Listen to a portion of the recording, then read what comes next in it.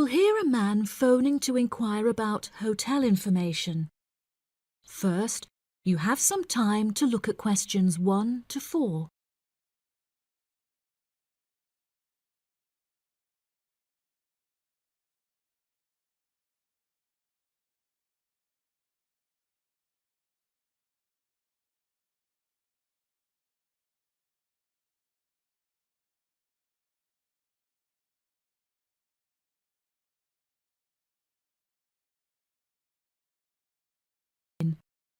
You should answer the questions as you listen because you will not hear the recording a second time.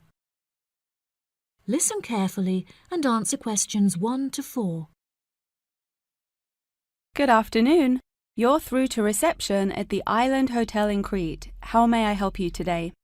Yes, hello there. I'm hoping to book a double room for my wife and myself for about 2 weeks, from the 25th of April of this year. Firstly, could you tell me whether it's particularly hot during this time? Yes, of course, sir. During late April and early May, the daytime temperature shouldn't exceed 19 degrees Celsius. But the weather has been rather erratic and difficult to predict in recent years, so I am unable to say for certain. Okay, that sounds good. My wife doesn't like going outside when it's very hot. I haven't booked flights yet, but I must say that I'm unfamiliar with Crete and its transport system. Does the hotel provide an airport shuttle service? Yes, sir. We provide a complimentary airport pickup service for all our guests. It takes about 40 minutes to get here from the airport, but it's at least 60 minutes at rush hours. And you will be provided with a fully air-conditioned shuttle bus. Okay, excellent. In that case, do you have any rooms available for the dates I gave you? I shall have a look on the system now for you, sir. Bear with me just a moment. Yes, sir. I can see now that we have several rooms available. Would you prefer a garden view or a sea view? Well, ideally I would like a sea view room with a balcony, but of course that depends on the difference in price. Not to worry, sir. All of our standard double rooms have ensuite facilities and a balcony. If you would like one of our sea view rooms, there is a premium of €60 per night. Okay, so could you tell me the total nightly rate for a standard double room with a sea view? Yes, of course, sir. For the spring months, our rate is €216 per night. For 14 nights altogether, this will come to €3,024. Perfect. I also read on your website that the hotel has gym and spa facilities. Are there any other facilities on offer? Yes, we have a large outdoor infinity pool overlooking the ocean, with luxury sunbeds and a poolside bar. We also have 3 full-size tennis courts, where we run a popular doubles tournament, with the winner receiving 2 all-inclusive spa day vouchers. Goodness, I shall have to brush up on my tennis skills. Before you hear the rest of the conversation, you have some time to look at questions 5 to 10.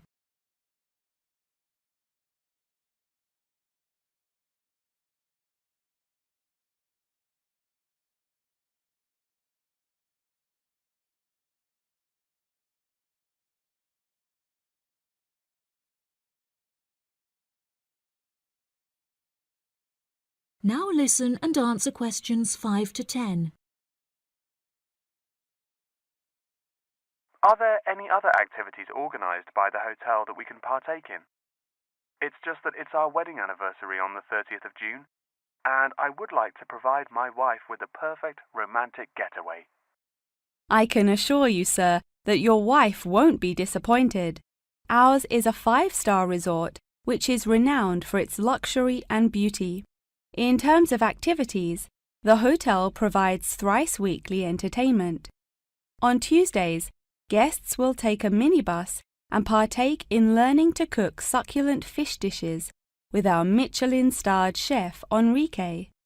The class will take place in a beautiful valley deep in the Cretan hills, where guests will be treated to an intimate piano performance by our in-house concert pianist Pedro.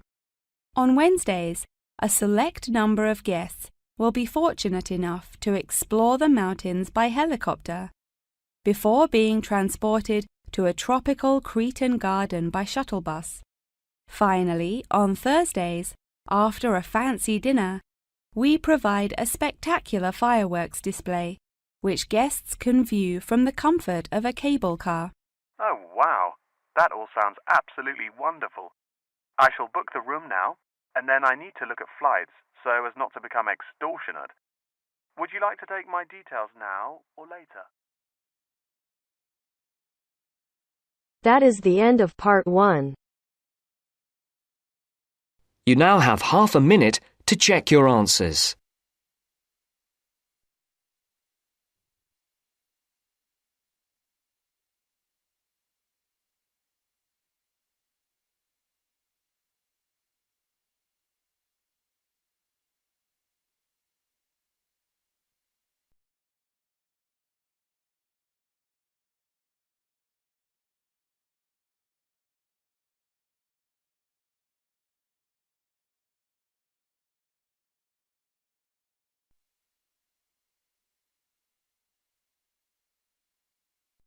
Now turns to part 2. Part 2. You will hear a podcast on Canberra's theme park. Now you have some time to look at questions 11 to 16.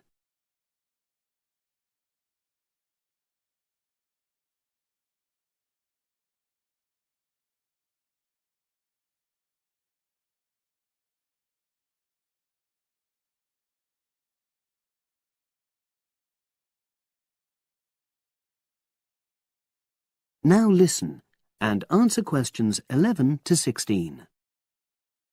Welcome to Canberra's Park podcast. In the next few minutes, I'll tell you a little about the park and the amazing things we have to offer. We like to think that Canberra's offers more than other theme parks. Like them, we have a variety of exciting rides for people of all ages, but Canberra's also places strong emphasis on the educational experience for its visitors. Not boring facts, but lots of interactive exhibits. Although it's mainly an outdoor experience, we do have some indoor activities if the weather gets too dreadful. The park's got a lovely, well-established feel, set in 80 acres of beautiful countryside, about 3 miles south of the tourist resort of Dulchester. The park was set up in 1997 by the Canberra family, but then taken over by new owners in 2004, who have maintained the original vision of the Canberras.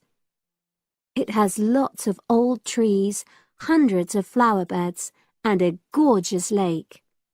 Canberra's has over 45 different rides, exhibits, and arcades. All but one of these is free once you've paid your entrance fee. We charge a small fee for our newest ride to reduce the length of the queues. You don't pay anything for parking. A family ticket for a family of 4 works out at about £8 per person, which is amazing value. Full details of current prices are shown on our website, along with full details of rides, etc., and directions for getting to us. We also have a number of special offers. For example, if you live locally, why not join our Adventurers Club, which entitles you to 50% off ticket prices all year round, and a special lane for all rides and exhibits, which means you don't have to wait to get into any part of the park. See the Offers tab on the website. We've recently added a number of new exhibits to the park, and we're particularly proud of our Future Farm Zone, which houses over 20 different species of animals, from chipmunks to dairy cows. The emphasis is on getting near to the animals. All of them can be petted, and you can buy food for feeding the animals. Many of our younger visitors say that this is the high point of their visit. And speaking of food, don't let the animals have all the fun. We have a total of 7 different catering outlets on the site. We're open 10 to 5:30 all year round, and cold drinks and snacks can be bought at any time during opening hours. And hot food is available most of the day in the Hungry Horse Cafe from 11 until 5, just half an hour before closing time. Now you have some time to look at questions 17 to 20.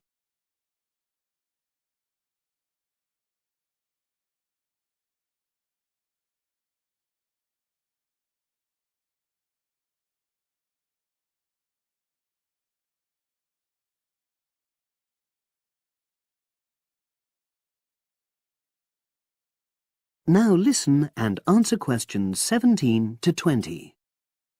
Now we want all our visitors to have an exciting time when they come to the park, but our first priority must be safety. Parents and guardians know their children's behavior and capabilities, but here at the park we have set certain conditions for each of the rides to ensure that all visitors get the maximum enjoyment out of the experience and feel secure at all times. There are 4 major rides at the park. Our newest ride is the River Adventure, which is designed to reproduce the experience of whitewater rafting. No amount of protective clothing would make any difference, so only go on this ride if you're prepared to get wet. Children under 8 can go on this ride, but all under 16s must have an adult with them. Not all of our rides are designed for thrills and spills. Our Jungle Gym roller coaster is a gentler version of the classic Loop-the-Loop, specially created for whole family enjoyment, from the smallest children to elderly grandparents, suitable for all levels of disability and health conditions. Carriages have comfortable seating for up to 8 people with safety belts for each passenger, which must be worn at all times. Sit back and enjoy the scenery.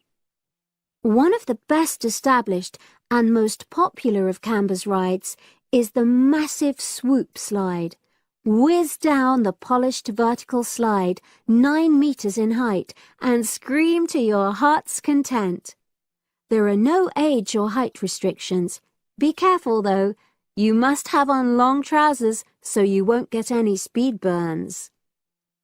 And then there's the famous Zip Go-Kart Stadium with 16 karts, 8 for single drivers and 8 for kids preferring to ride along with mum, dad or carer.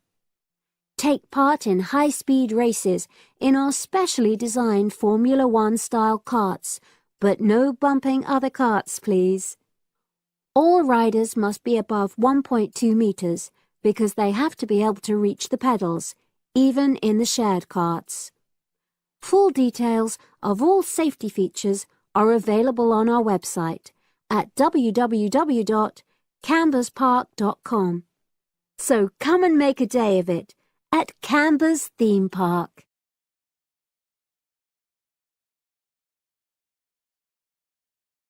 That is the end of part 2. You now have half a minute to check your answers.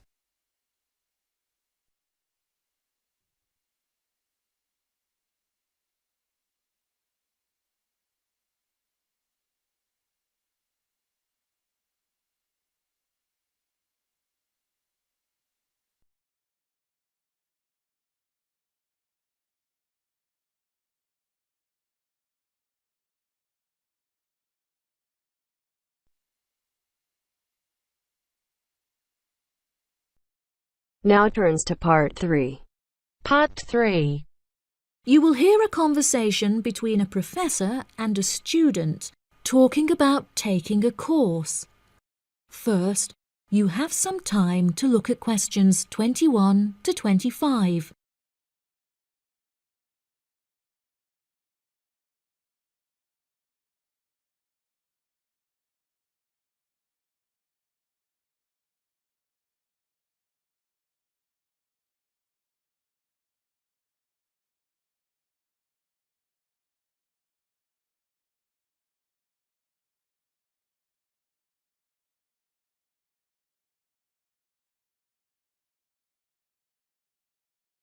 Now listen carefully and answer questions 21 to 25.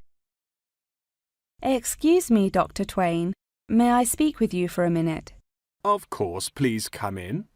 I'm Charlotte York. I'm considering taking your course in tourism. Right. Well, Charlotte, how can I help you? I have been considering studying tourism.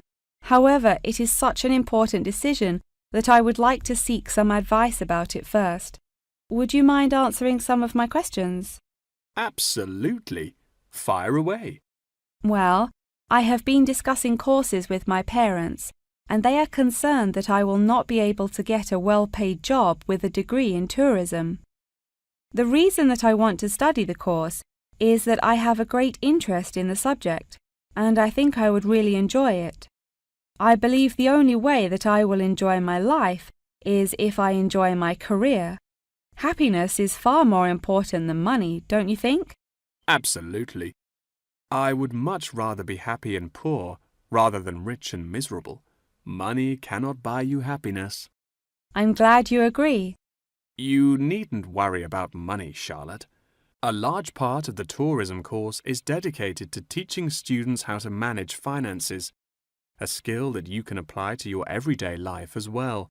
I would also recommend that you take a sideline course in time management, as this can be incredibly useful in efficiently planning your workload. Efficiency is the key to success. I'll remember that. Now, I have found that some students have natural talents that really help them to succeed in the course. Communication skills, for example, can be very beneficial. Do you have any strengths? Maths was always my favourite subject at school, so I really enjoy solving mathematical problems. However, I find statistics quite difficult.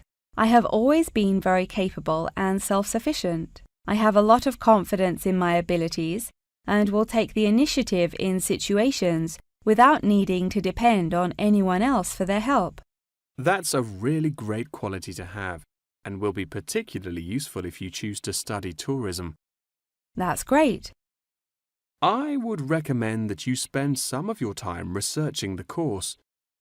A lot of people who are uneducated on the subject claim that tourism is a shrinking industry and that it will become irrelevant in the future. If you study the published research, however, you will see that the truth is quite the opposite. The industry has, in fact, grown significantly as people have developed an ever-increasing interest in culture and travel. Have you compared the university course with a polytechnic? Yes, I have. I was interested in studying the course in modules. However, the university doesn't offer that option. I don't have enough funds to be able to attend an expensive university, so I was relieved to see that the course is quite affordable. I also considered attending a summer school instead of university to save money, and so that I could work during the rest of the year. But I really wanted the university experience. I think that university would suit you well. Before you hear the rest of the conversation, you have some time to look at questions 26 to 30.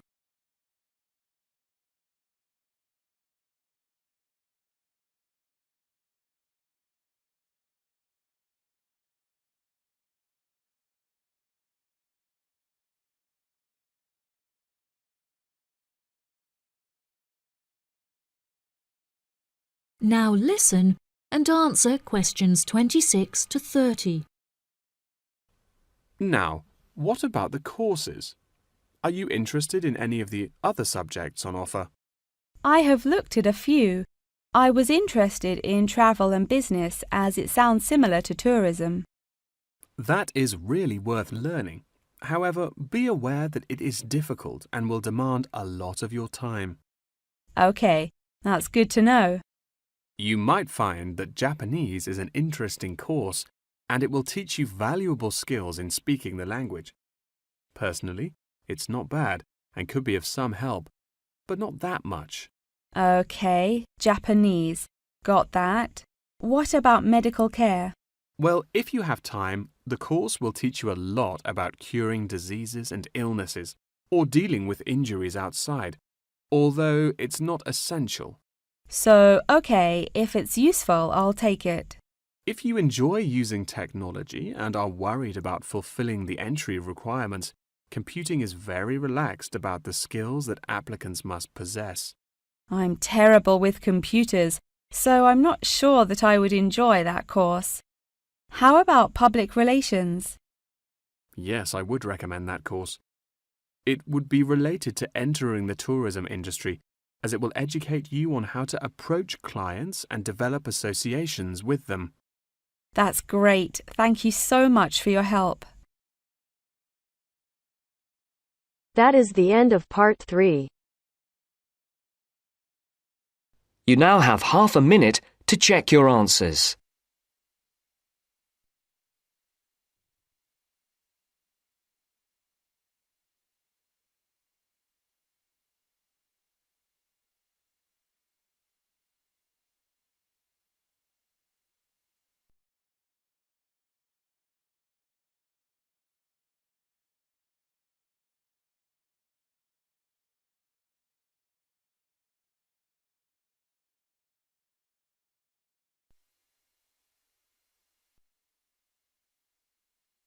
Now turns to part 4. Part 4. You will hear part of a lecture about a place called Cuba Pedy. Listen carefully and answer questions 31 to 36.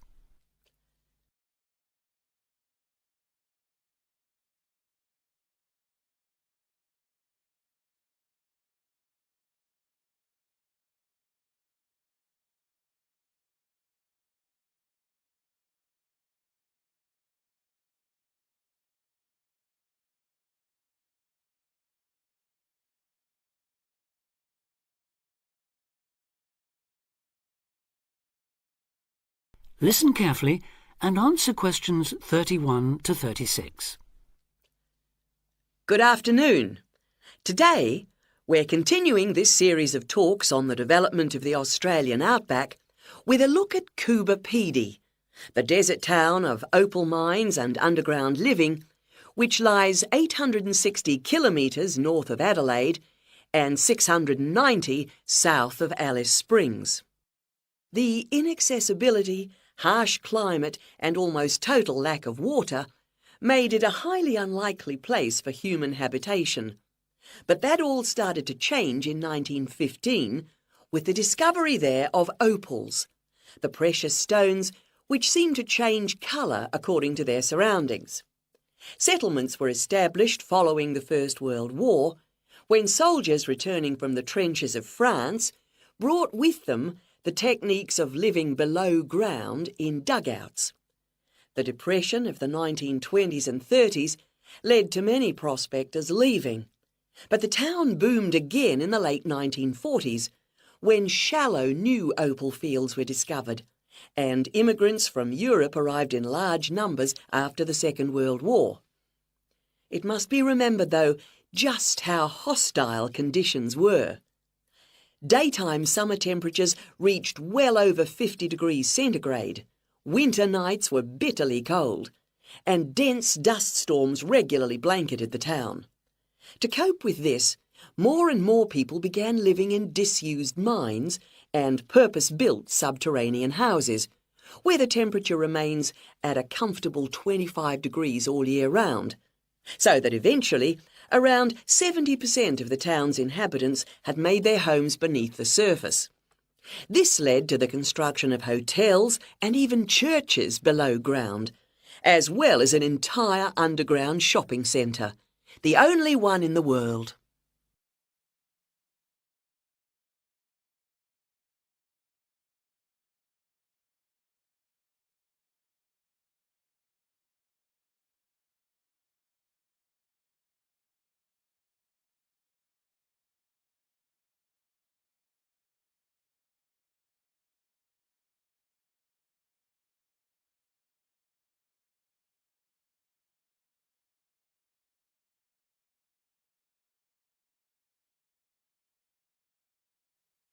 Now answer questions 37 to 40.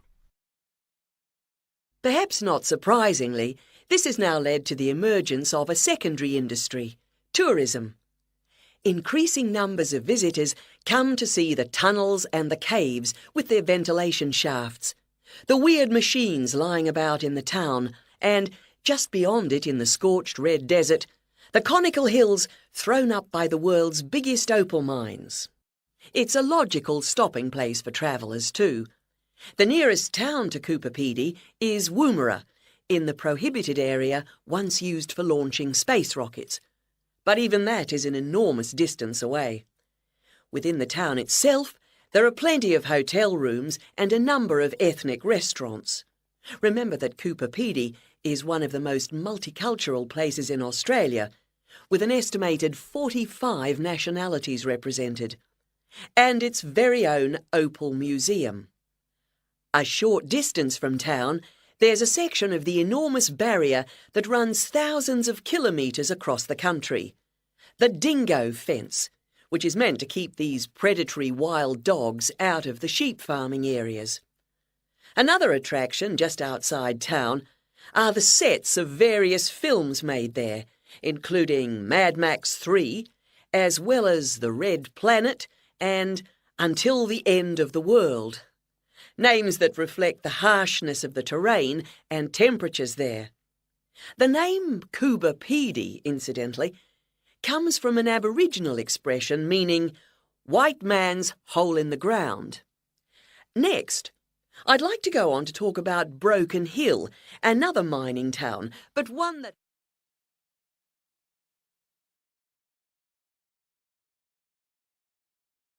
That is the end of part 4. You now have half a minute to check your answers.